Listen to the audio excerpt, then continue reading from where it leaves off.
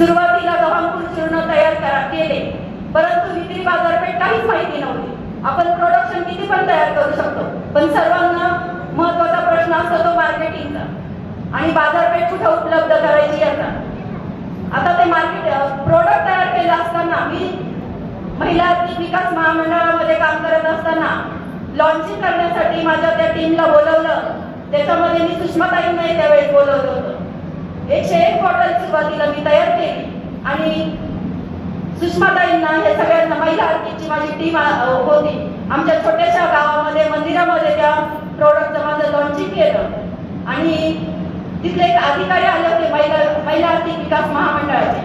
म्हटलं सर मी प्रोडक्ट तयार केलाय, रिझल्ट पण घरी पाहिलाय, परंतु याचं मार्केटिंग मला माहिती नाही कुठे करायचं.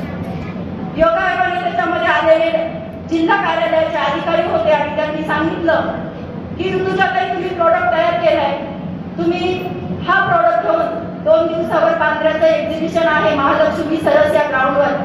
आपल्या सगळ्या उद्योजिका महिला असल्यामुळे सगळ्यांनाच ते परिचित आहे आणि बांद्र्याला मी माझे 101 बॉटल मी सुरुवातीला घेऊन गेले आणि तिथे मला ग्राहकांचा रिस्पॉन्स पाहायला मिळाला. माझ्या प्रोडक्ट मध्ये काय कमतरता आहे, त्याचे लेबलिंग कसे आहे, त्याचे पॅकेजिंग कसे आहे, त्याच्यावर अजून काय गरजेचं आहे, हे सगळं अभिप्राय मला कस्टमरच्या माध्यमातून पाहायला मिळाला.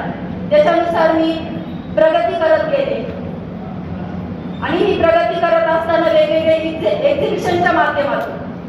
आता सर्वात महत्वाचा मुद्दा मला इथे नमूद करावा असं वाटतो, इथे कोणी पीडीसीसी बँकेचे अधिकारी असतील तर सर्वांचं किंवा जिल्हा बँकेचं मी आवर्जून कौतुक करते.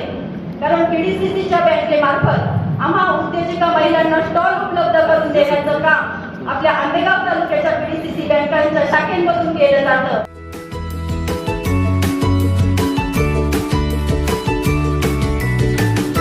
बातम्या शेतीच्या,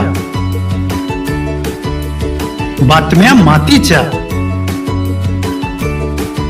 बातम्या अन्यायाच्या, गुन्हेगारीच्या,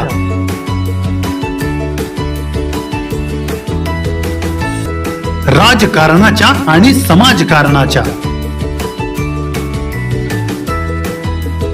शोषणाविरुद्ध बुलंद आवाज, जनसामान्यांच्या हुंकाराची गाज, सत्कार्याला प्रोत्साहन, दुष्कृत्याला अनुशासन,